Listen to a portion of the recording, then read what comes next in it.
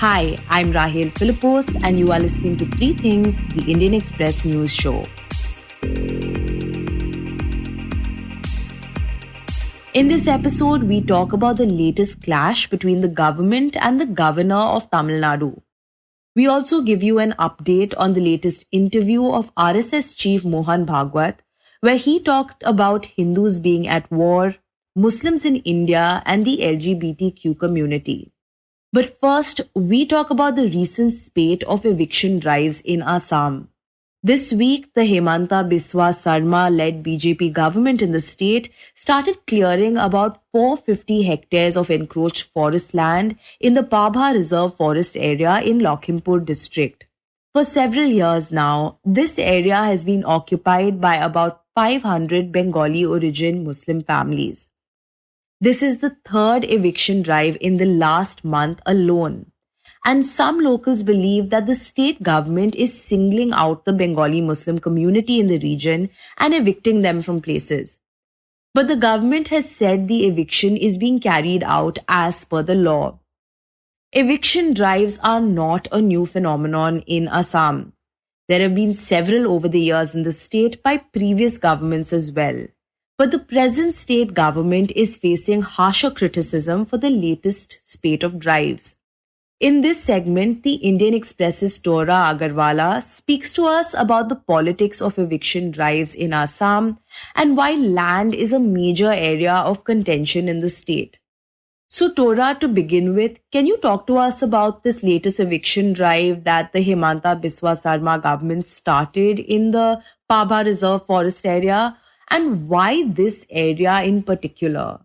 Yeah, so on Tuesday, the Assam government started an eviction drive in Lakhimpur district, which is in Upper Assam. And this drive was geared at clearing about 450 hectares of encroached forest land. And this area is basically a forest reserve called the Pabha Forest Reserve or Reserve Forest.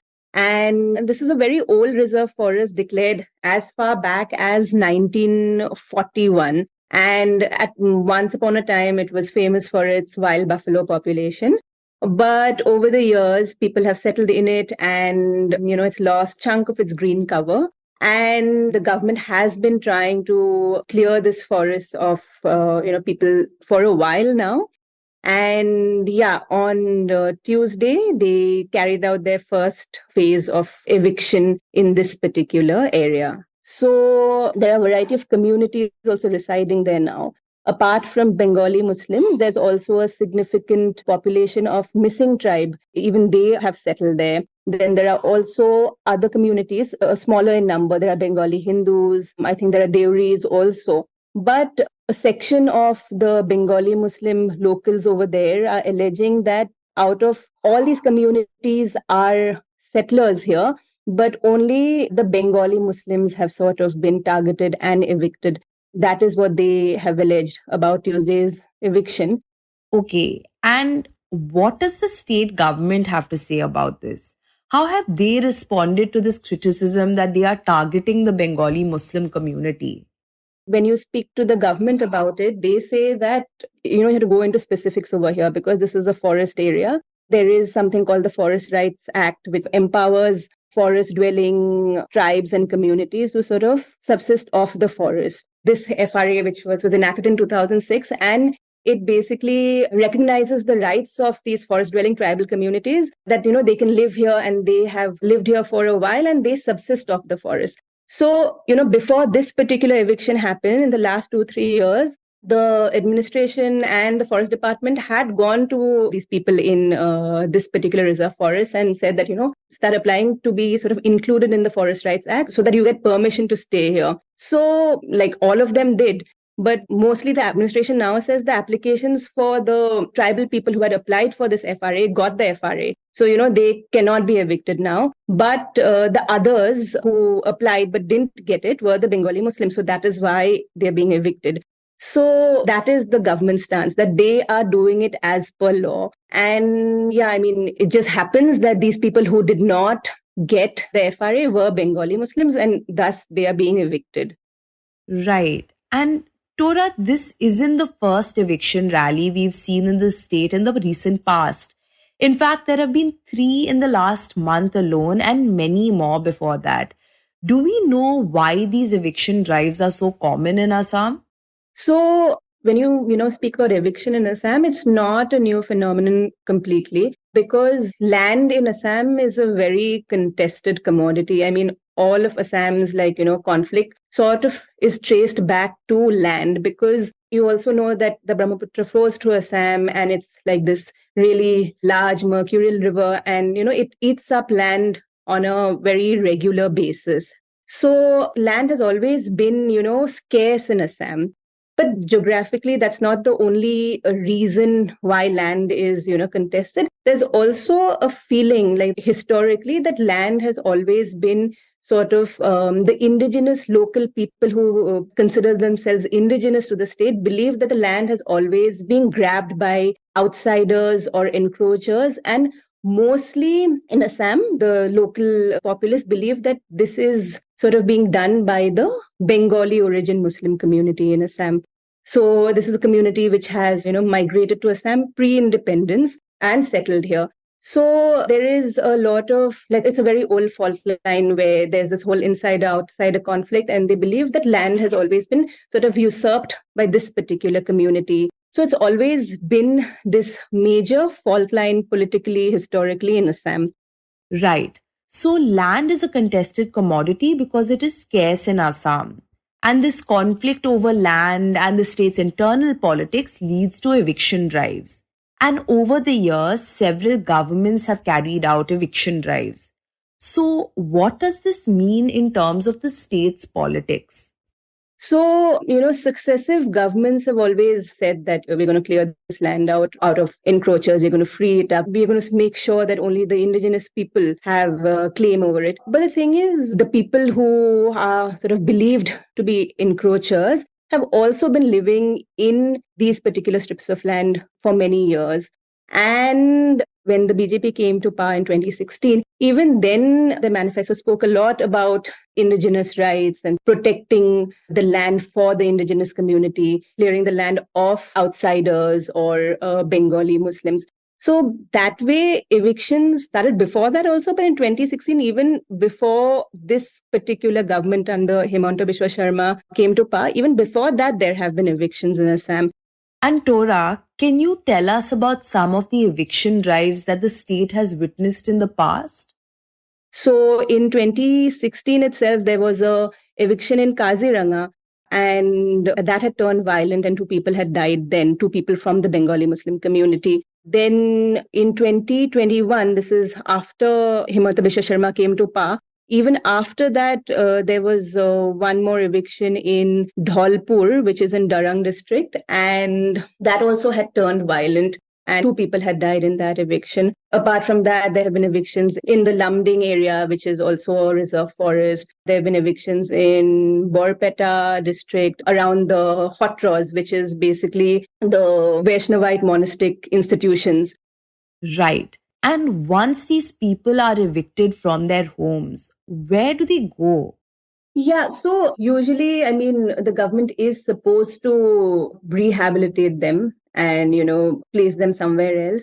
Usually what happens is that after, the eviction happens, they are land somewhere else nearby is demarcated and they say that, now you come and set up your homes here. So even in this particular eviction, they have demarcated a piece of land. But it really doesn't sort of lessen the suffering for those who are being evicted because at the end of the day, they're destroying their homes. And then when they move to this temporary shelter, they have to sort of, live under tarpaulin, put up tin roofs and things like that. And now it's the winter, so it's quite cold. So it becomes even more difficult for them. So yeah, the government is supposed to rehabilitate them. So they do to a certain extent, but obviously it's not, at least what the opposition criticizes them for is that it's not proper, robust rehabilitation they're getting. And the opposition has also repeatedly criticized the state government for the nature and intensity of its eviction drives. In fact, the issue has also been raised by the opposition during the winter session of Parliament. Can you tell us what they said? So the president of the AIUDF, which is a political party in Assam, and their popular support base is from the Bengali Muslim community. So the president, Badruddin Ajmal, he brought it up in the Lok Sabha in the winter session. And he said that, evictions were happening with increased intensity in Assam. And he requested that, can these evictions not happen in the winter? While he pointed out that he was not against eviction or he was not pro-encroachers, because, see, in Assam, all politicians have to be very careful about that because, land is a very sensitive matter. So no one can come and say that, stop evictions altogether. So while he said he was careful to say, he was cautious to point out that he wasn't against any kind of eviction, but he was saying that a more humane eviction should be done. Eviction which has proper rehabilitation, which doesn't happen in the cold winter months. He also wrote to the President of India and he said the same, that, can you stop the Assam government from doing this, at least in the winter months? Right. So till now, we've discussed how evictions are common in Assam because of scarcity of land and also because of its internal politics, especially the attitude against Bengali Muslim community. We've also talked about how successive governments carried out these eviction drives. But Tora, we can see that the current government is facing more criticism for these eviction drives. So can you tell us why the recent evictions by this government are being looked at differently? So evictions have always routinely happened in Assam. But the criticism is that under Himanta Biswa Sharma, who came to power in May 2021, he assumed office in May 2021. Since then, the criticism is that the evictions are more targeted towards a particular community, that they are more, militarized. And many say that the government also makes a spectacle out of these evictions because whenever an eviction drive is supposed to happen, additional security is deployed 2 days before that. There are mock drills. So this whole atmosphere which is created ahead of an eviction drive, many people say it's very militarized and it creates this whole, the people who are being evicted are, hardened criminals or, they are actually terrorists or, that kind of atmosphere has been created. That's the allegation. So the other thing is it's also changed in a way because the intensity, the evictions have also, the frequency of evictions have also increased. And I think from May 2021 till October 2022, 4,449 families have been evicted in Assam so far. And this is data from the Assam Assembly. And most of these families are Bengali Muslims. So that is the difference now that, it's targeted. And the Chief Minister is also very vocal about this particular community. And it's not uncommon for many BJP leaders to sort of equate the Bengali Muslim communities to encroachers or to being quote unquote illegal occupants of the land.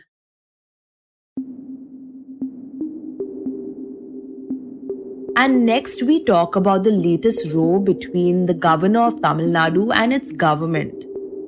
Last week, the Tamil Nadu Governor RN Ravi sparked two controversies. On Monday, he made changes to a prepared speech which he read out in the assembly. When Chief Minister M.K. Stalin pointed it out and demanded that the original speech be put in records, the governor walked out from the house in protest. And the next day, the governor sent out invitations for the Pongal festival with the union government's logo in place of the state government's. He also called himself the governor of Tamil instead of Tamil Nadu. This again angered the state government. Now, this tussle between the government and the governor in the southern state is not new. But lately, the frequency and intensity of the conflict has been increasing. And in this segment, the Indian Express's Arun Janardhanan joins us from Chennai on a call to speak about this conflict. So Arun, a Pongal invitation created a fresh row between the governor and the Tamil Nadu government. So can you tell us what was in that invitation which led to the latest controversy? So it was a week ago, Tamil Nadu governor in one of his speech said that Tamil Nadu's name may be changed to Tamilagam. So today there were MPs and MLAs who received Raj Bhavan's invitation for this year's Pongal celebration. So, in which the Tamil invitation printed in Tamil, it was referred governor as Tamilaga Alunar, or the governor of Tamilagam. So this happens hardly a few days after the governor said that the name of Tamil Nadu may be changed, and it invited a lot of criticism from not only DMK and their allies, but ADMK also, in which BJP is also part of the alliance. So that is what made the fresh controversy today over the use of word Tamilagam instead of Tamil Nadu. If you look at the invitations printed in Tamil sent from Raj Bhavan in different occasions in the past, it used to be referring the governor as the governor of Tamil Nadu, not Tamilagam. So after he made this controversial remark last week, and now this particular invitation is coming out, so that is what the context of the entire controversy. So the DMK and its opposition AIDMK are angry because the governor used the word Tamilagam instead of Tamil Nadu. And last week, the governor said the name of Tamil Nadu may be changed to Tamilagam, which also raised criticisms and concerns. Could you talk to us about that? So the governor last week made a remark saying that the name of Tamil Nadu may be changed. So the reason for the problem with the name Tamil Nadu is assumed as the word Nadu in Tamil Nadu. What is the meaning of Nadu? In a very casual translation, Nadu means country. So country means immediately we assume the image of a nation state. So it is directly linked to nationalism. And we know that Tamil Nadu is known for nationalistic and subnationalistic issues. So for the word Nadu in Tamil Nadu, when it is translated into English for the meaning of its country, that is how it was interpreted, and that is what the problematic aspect of the word Nadu or Tamil Nadu. So probably that is the reason why a suggestion for a name change comes. But at the same time, if you look at the word Nadu, which comes from a local language, it has a lot of local cultural aspect to that, because if you translate or if you try to explain the meaning of the word Nadu in Tamil itself, it is not exactly the country or a nation state, but it is more about a land. It is more about a territory, a geographical territory with a border. So that is the complex aspect when it comes to the word Nadu. But when it comes to the modern times, the modern translations, especially English, and when we translate it into a foreign language from a very local ancient language with a lot of deep cultural, historical context, maybe that is what went wrong here. So the governor wanted the state to be renamed because the word Tamil Nadu indicates a sovereign nation, and there may be a secessionist sense attached to it. No, for a clarity, the governor did not explain why he wants to change the words. Change the name. He did not explain that. But this issue has been there for a long time, or at least for a couple of decades. Not in a very mainstream political debates, but it was very much there because from the early last century, when the Dravidian movement started, there were these demands for a Dravida Nadu. Dravida Nadu has different interpretations. After Periyar started Dravidar Kazhagam party, which is like RSS, it's more of a cultural political group who do not take part in elections. They actively push for the idea of a Dravida Nadu.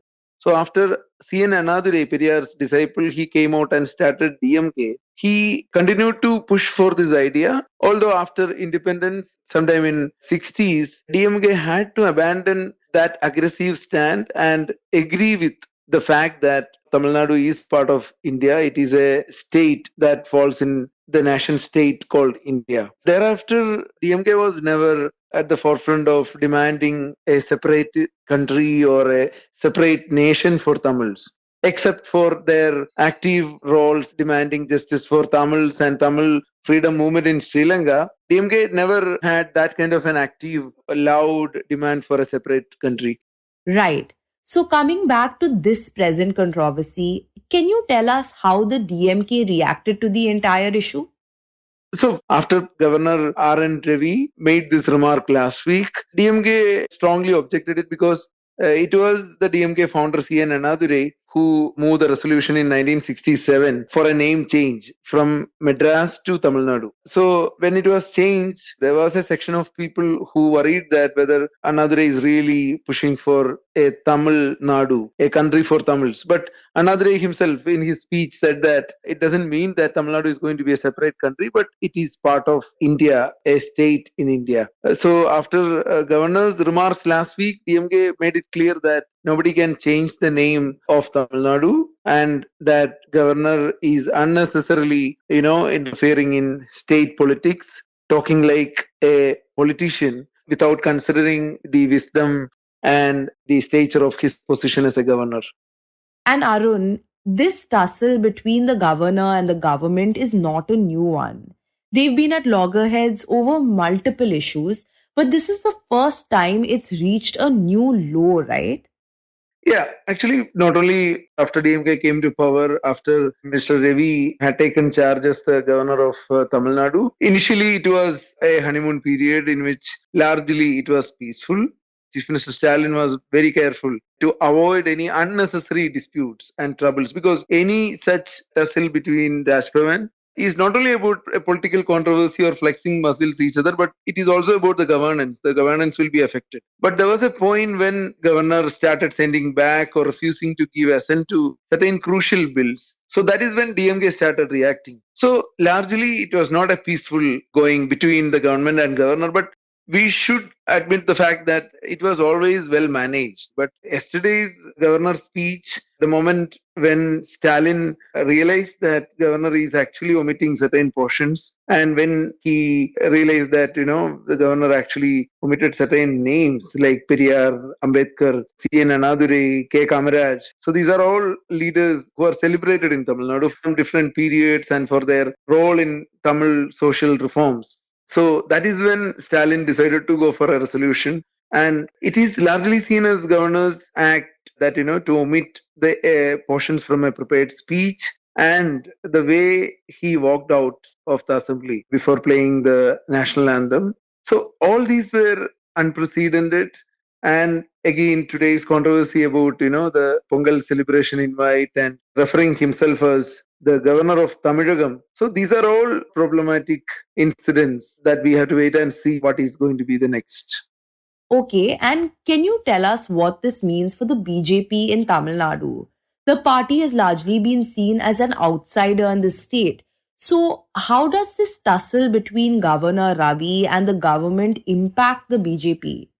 There is a general belief among BJP leaders and cadres that anything that governor do against DMK government will be benefiting BJP because DMK is their rival and a governor who is sent by Delhi is disrupting or disturbing or challenging the state party, the state government, which is an accepted thing for BJP leaders and cadres. So we can see that yesterday, Vanadi Srinivasan MLA and State Chief Annamale, they were all supporting governor after this controversy yesterday morning at the assembly. But especially after this latest Tamilaga, the Pongal celebration invite controversy, the BJP and RSS leaders who spoke to us were actually a little worried because when BJP is trying to make or build a BJP in Dravidian style, and they have started talking about social justice, and they have started talking about the central government schemes that are actually helping the social justice programs. They have a governor here who is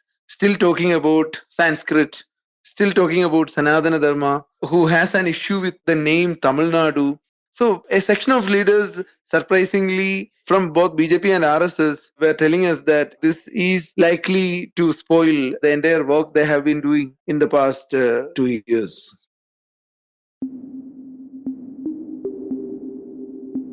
And in the end, we talk about RSS Chief Mohan Bhagwat's views. In an exclusive interview to the RSS-affiliated magazine's organizer and Panchjanya, Bhagwat touched on multiple issues, mainly about Hindu society being at war, how Muslims should feel in India, and about the rights of the LGBTQ community. The interview was conducted by organizer editor Prafulla Ketkar and Panchjanya editor Hitesh Shankar. While addressing a question about the newfound aggression among Hindus in India and elsewhere, Bhagwat said this is because the Hindu society has been at war for over 1000 years. And this fight has been going on against foreign aggressions, foreign influences and foreign conspiracies. And now the Hindu society is awakened because of the Sangh's support. ऐसा है, हिंदू समाज लगभग 1000 वर्षों से एक युद्ध में है. विदेशी लोग, विदेशी प्रभाव और विदेशी षड्यंत्र, इनसे एक लड़ाई चल रही है. संघ ने काम किया और भी लोगों ने काम किया है, बहुत से लोगों ने इसके बारे में बोला है. उसके चलते हिंदू समाज जागरूक हो रहा है और स्वाभाविक लड़ाई में वो कट्टर होता ही है. लड़ना है तो कट्टर होना ही पड़ता है. Claiming that the Hindu society is in the midst of yet another war, Bhagwat said that this war is not against an enemy outside, but against an enemy within. There is a war to defend Hindu society, Hindu dharma and Hindu culture. And even though foreign invaders are no longer there, foreign influences and conspiracies have continued. And in this war, people may get overzealous and give provocative statements. तो हिंदू धर्म, हिंदू संस्कृति, हिंदू समाज की सुरक्षा का प्रश्न है. उसकी लड़ाई चल रही, बाहर से आक्रमण हो रहे हैं. अब विदेशी नहीं है, विदेशी प्रभाव है और विदेश से होने वाले षड्यंत्र है. तो लड़ाई तो है, उसमें कट्टरपन लोगों का आएगा, नहीं होना चाहिए, फिर भी वक्तव्य ऐसे उग्र आएंगे वगैरह वगैरह वगैरह. Coming to the topic of the Muslim community, Bhagwat said that they have nothing to fear in India. He said that Hindustan should remain Hindustan and that there is no harm to Muslims living in India. They can stick to their faith or return to the faith of their ancestors. Hindustan Hindustan बना रहे, सीधी बात है. इसमें जो आज हमारे भारत में मुसलमान हैं, उनको कोई नुकसान नहीं. वो है, वो रहना चाहते हैं, रहे. पूर्वजों के पास वापस आना चाहते हैं, आए. उनके मन पर है. हिंदुओं में ये आग्रह है नहीं. इस्लाम को कोई खतरा नहीं है. But at the same time, Bhagwat said that Muslims must abandon their rhetoric of supremacy and that their claims that they ruled over this land once and they will rule it again. हाँ, हम बढ़े, हम एक समय राजा थे, हम फिर से राजा बनना, ये छोड़ना पड़ेगा. हम ही सही, बाकी सब गलत, ये छोड़ना पड़ेगा. हम अलग है, इसलिए हम अलग ही रहेंगे, हम सबके साथ मिलकर नहीं रह सकते, ये छोड़ना पड़ेगा. The RSS chief also touched upon the issue of LGBTQ community and said that they also have a right to live. And Hindus have accepted the community without much hullabaloo. To reiterate his point, Bhagwat in fact narrated the story of demon king Jarasandh's generals, Hans and Dimbhaka, suggesting they were in a homosexual relationship. Jarasandh के 2 सेनापति थे, हंस और डिंबक. वो इतने मित्र थे कि कृष्ण ने अफवाह फैलाई कि वो डिंबक मर गया तो हंस ने आत्महत्या कर ली. 2 सेनापतियों को ऐसे ही मार डाला कृष्ण ने. अब ये क्या चीज, वो ही चीज है. इन दोनों के वैसे संबंध थे. तो ये अपने यहाँ पर ये लोग थे ही नहीं. ये मनुष्यों में ये एक प्रकार है, पहले से है, जब से मनुष्य आया तब से है. Apart from these, the RSS chief also talked about how the Sangh has stayed away from day-to-day politics, but always engages with politics that affects, quote, our national policies, national interest and Hindu interest, unquote. Bhagwat also said while the Sangh would continue to maintain distance from traditional politics, it would convey the concerns of the people to the powers that be. You were listening to 3 Things by the Indian Express. Today's show was hosted by me, Rahel Philipose, and written and produced by Utsa, Sarmin and me. It was edited and mixed by Suresh Pawar. If you like the show, then do subscribe to us wherever you get your podcasts. You can also recommend the show to someone who you think will like it, share it with a friend or someone in your family. It's the best way for people to get to know about us. You can also tweet us at Express Podcasts and write to us at podcasts@indianexpress.com.